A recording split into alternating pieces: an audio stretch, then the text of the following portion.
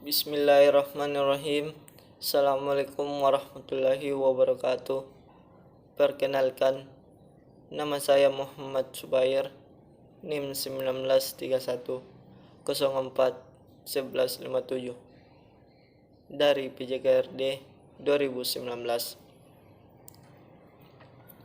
Saya di sini akan mempresentasikan tentang materi contoh analisis data dan pengujian hipotesis. Judul penelitian: pengaruh gaya kepemimpinan kepala sekolah dan situasi kepemimpinan terhadap iklim organisasi sekolah. Widyaloka. Variabel penelitian. Pada penelitian itu, variabel penelitiannya adalah gaya kepemimpinan sekolah X1 dan situasi kepemimpinan X2 sebagai variabel independen iklim organisasi sekolah, Y sebagai variabel dependen. Paradigma penelitian: X1 kepemimpinan KS, X2 situasi kepemimpinan, Y iklim kerja organisasi sekolah. Populasi dan sampel. Populasi sebagai sumber data dalam penelitian ini adalah semua guru yang berpendidikan S2, S1, dan D3 dengan jumlah 50 orang. Berdasarkan tingkat kesalahan 5%, maka ukuran sampel ditentukan 44 guru terdiri atas 30 orang pria dan 14 orang wanita. Sedangkan pembagian anggota sampel merupakan jenjang pendidikan adalah sebagai berikut. 1. Guru berpendidikan S2 diambil sebanyak 10 orang dengan 6 orang pria dan 4 orang wanita. 2. Guru berpendidikan S1 diambil sebanyak 14 orang dengan 10 orang guru pria dan 4 orang wanita. 3. Guru berpendidikan D3 diambil sebanyak 20 orang dengan 14 orang pria dan 6 orang wanita. Rumusan masalah terbagi 3 bagian. A. Rumusan masalah deskriptif. 1. Seberapa baik gaya kepemimpinan kepala SMA Widyaloka? 2. Seberapa baik situasi kepemimpinan di SMA Widyaloka? 3. Seberapa baik iklim organisasi SMA Widyaloka? B. Rumusan masalah asosiatif atau hubungan. 1. Adakah hubungan yang positif dan signifikan antara gaya kepemimpinan kepala sekolah dengan iklim kerja organisasi SMA Widyaloka? 2. Adakah hubungan yang positif dan signifikan antara situasi kepemimpinan dengan iklim organisasi SMA Widyaloka? 3. Adakah hubungan yang positif dan signifikan antara gaya kepemimpinan kepala sekolah dengan situasi kepemimpinan di SMA Widyaloka? 4. Adakah hubungan yang positif dan signifikan antara gaya kepemimpinan kepala sekolah dan situasi kepemimpinan secara bersama-sama dengan iklim organisasi SMA Widyaloka? C. Perumusan masalah komparatif. Yang dikomparasikan adalah persepsi antar kelompok guru berdasarkan jenjang pendidikan S2, S1, D3, dan jenis kelamin pria atau wanita terhadap nilai variabel yang diteliti. 1. Adakah perbedaan gaya kepemimpinan kepala sekolah yang signifikan menurut persepsi guru yang berpendidikan S2, S1, D3?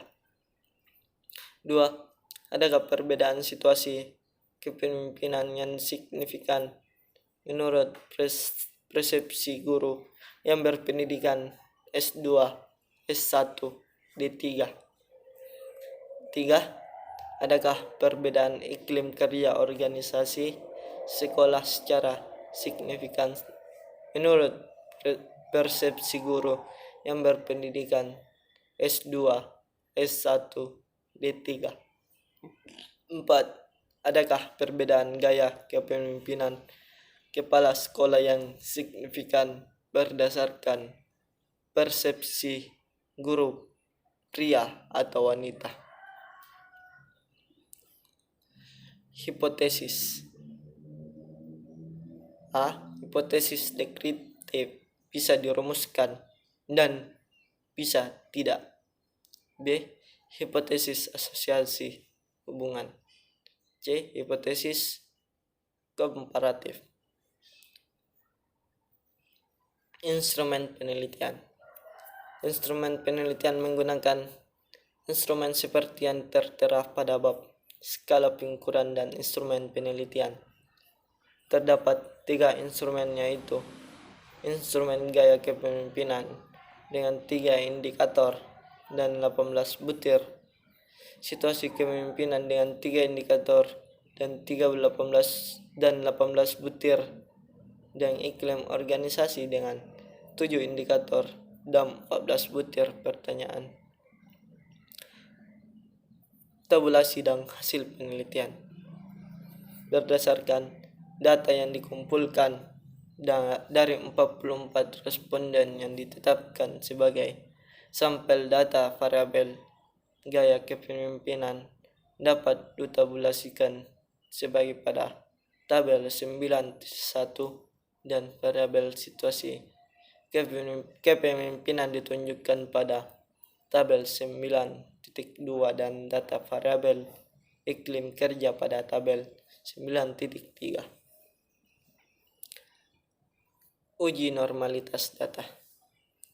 Hipotesis yang telah dirumuskan akan diuji dengan statistik parametris, antara lain dengan menggunakan tes untuk satu sampel korelasi dan regresi, analisis variabel, dan tes untuk 2 sampel menggunakan statistik parametris. Menyaratkan bahwa data variabel yang akan dianalisis harus berdistribusi normal. Oleh karena itu, sebagai menguji hipotesis dilakukan terlebih dahulu dilakukan uji normalitas. 1. Pengujian normalitas data gaya kepemimpinan X1. 2. Pengujian normalitas data situasi kepemimpinan X2. Pengujian normalitas data situasi kepemimpinan. Yang ketiga, pengujian normalitas data situasi kepemimpinan X2. Teknik statistik untuk analisis data dan pengujian hipotesis. Berdasarkan teknik statistik yang akan digunakan untuk menguji hipotesis dapat dilihat pada tabel 8.1, yaitu pedoman memilih teknik statistik untuk pengujian hipotesis. Pertimbangan yang diperlukan adalah jenis data dan bentuk hipotesis. Hipotesis deskriptif adalah dugaan terhadap nilai suatu variabel secara mandiri antara data sampel dan data populasi. Menjawab rumusan masalah deskriptif. merupakan hal yang sangat standar dan penting dalam penelitian, karena data utama dari penelitian akan dapat diketahui dengan jelas dari hasil analisis deskriptif ini. Seberapa baik gaya kepemimpinan kepala sekolah SMA Widya Loka. Seberapa baik situasi kepemimpinan kepala sekolah SMA Widya Loka. Seberapa baik iklim organisasi SMA Widya Loka. Untuk dapat menjawab ketiga rumusan masalah deskriptif tersebut, maka pertama-tama ditentukan terlebih dahulu skor ideal. Skor ideal adalah skor-skor yang ditetapkan dengan asumsi bahwa setiap responden pada setiap pertanyaan memberi jawaban dengan skor tertinggi. Selanjutnya, untuk menjawab ketiga rumusan masalah tersebut dapat dilakukan dengan cara membagi jumlah skor hasil penelitian dengan skor ideal. Hasil penelitian ini akan dapat dideskripsikan lebih rinci apabila setiap pertanyaan dalam setiap instrumen dihitung nilainya. Dengan demikian, setimpal pertanyaan dari setiap instrumen untuk seluruh responden dapat diketahui mana yang mendapat nilai rendah, nilai tinggi, atau nilai rata-rata. Untuk variabel gaya kepemimpinan kepala sekolah terdapat 18 data, situasi kepemimpinan 18 data, dan iklim kerja organisasi 14 data yang harus disajikan.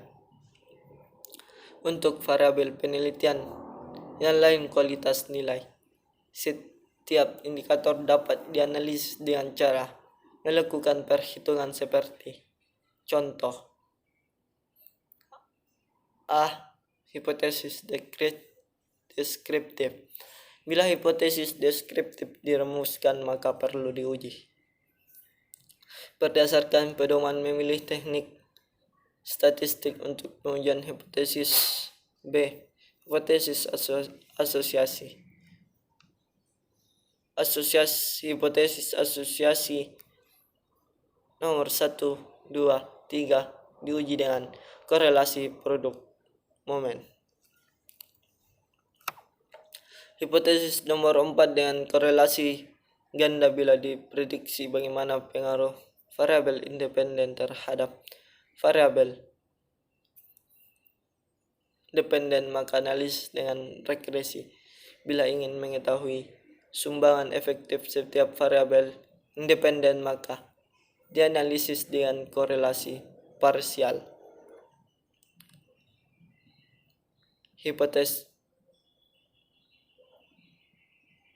Hipotesis komparatif. A. Pengujian hipotesis deskriptif. Gaya kepemimpinan kepala sekolah SMA Widya Loka sama dengan 7% dari yang diharapkan. Situasi kepemimpinan di SMA Widya Loka paling rendah 40% dari yang diharapkan. Iklim organisasi SMA Widya Loka paling tinggi 60% dari yang diharapkan.